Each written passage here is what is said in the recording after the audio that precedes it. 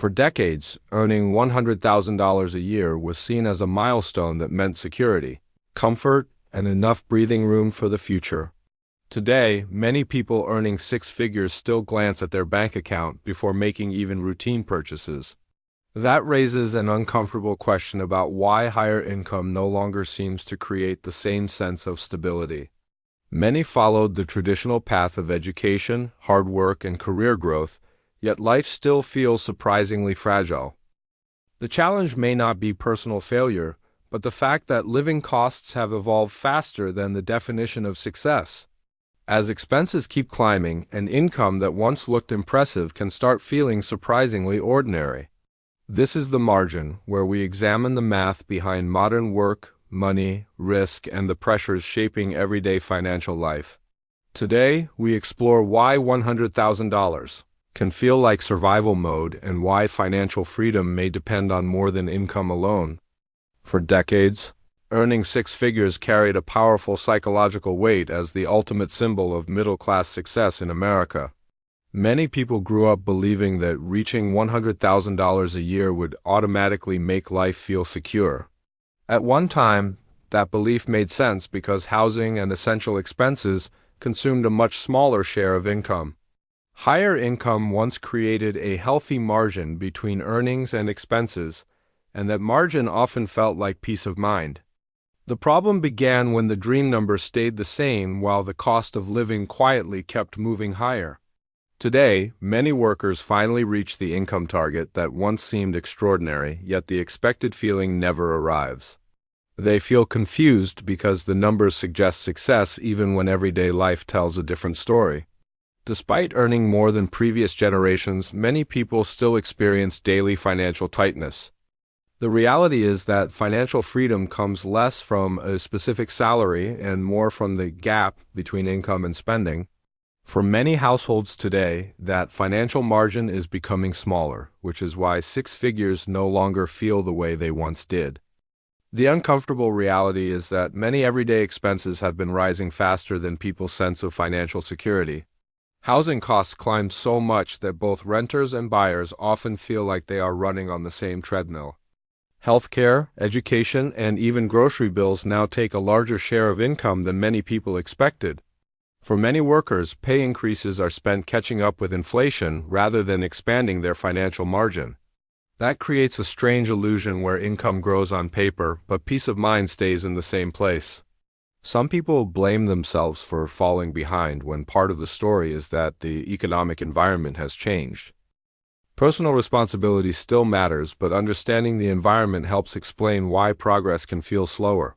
It is difficult to feel wealthy when basic necessities continue taking a larger piece of every paycheck. As those essential costs expand, the remaining space for saving, investing, or flexibility becomes smaller. And that shrinking margin is where much of today's financial stress quietly begins. People often blame expensive coffee for financial stress, but the biggest costs are usually far less exciting. Fixed expenses quietly consume income long before most people make a single daily choice. Rent, mortgage, insurance, car payments, and healthcare form a long list that rarely takes a month off. Each payment may seem reasonable alone, but together they create a surprisingly heavy load. Someone earning over $100,000 a year may still appear far more comfortable than they actually feel. Much of that income already has a destination before it ever reaches a bank account. Financial stress is not always about having too little money. Sometimes it is about having too few options. When nearly every dollar is committed, the room to absorb risk becomes surprisingly small. Success can look impressive from the outside while feeling restrictive from the inside. And because these pressures are mostly invisible, few people realize how common the experience really is. This is the modern middle-class trap. Income grows, but financial commitments often grow even faster. Every career upgrade tends to bring new expectations, new social circles, and a new layer of expenses. Over time, people can build a lifestyle that looks impressive from the outside, but becomes difficult to maintain. Many high earners still worry about what would happen if they lost their job for only a few months. The issue is not a lack of effort. The issue is that the entire system depends on income never stopping. That creates a unique kind of risk where higher income can also mean larger consequences when income disappears.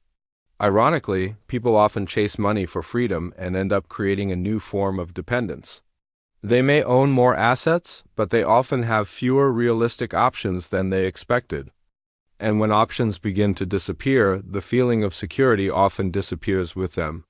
That is the core of the trap, a life that appears secure while becoming increasingly fragile underneath. Many financial experts blame lifestyle inflation, and in some cases they are absolutely right. As income rises, some people quickly upgrade everything around them, turning higher earnings into higher spending. But not every rising expense comes from personal choices because some costs increase regardless of what people want. Higher housing costs are often less about luxury and more about finding a place to live. More expensive insurance is rarely a status symbol because it is usually just another required payment. Childcare expenses are not indulgences but a normal part of raising a family today.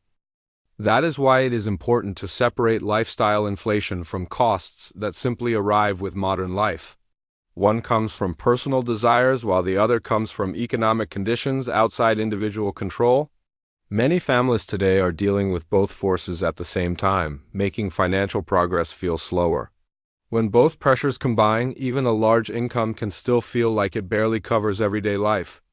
At the margin, we use a simple idea called the freedom gap to explain why some people feel financially trapped despite earning good money.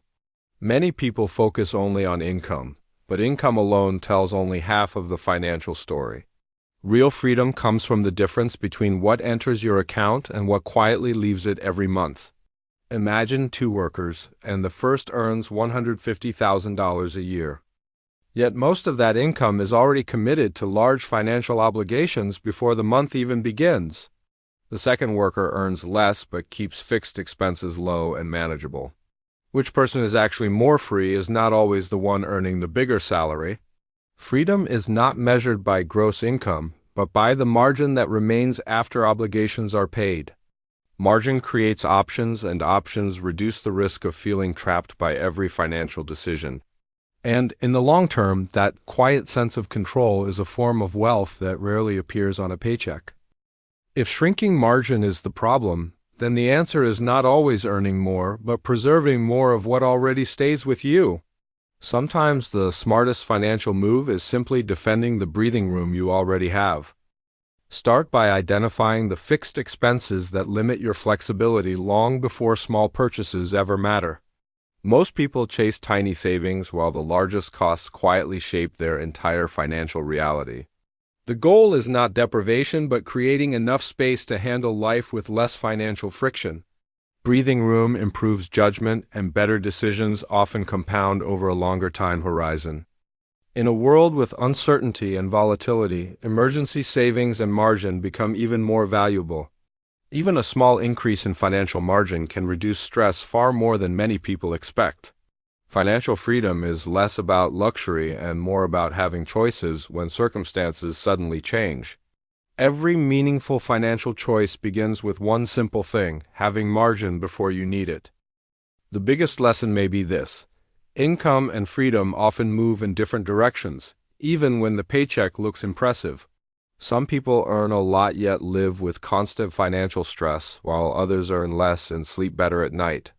What shapes daily life is not just what comes in, but what remains after every obligation takes its share.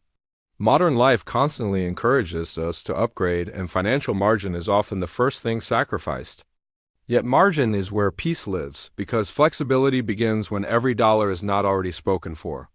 The long-term goal is not simply earning more money, but creating more room to live on your own terms. At the margin, we focus on understanding how money quietly shapes modern life rather than chasing financial myths. So what makes life feel most expensive today? Housing, healthcare, transportation, or something else entirely?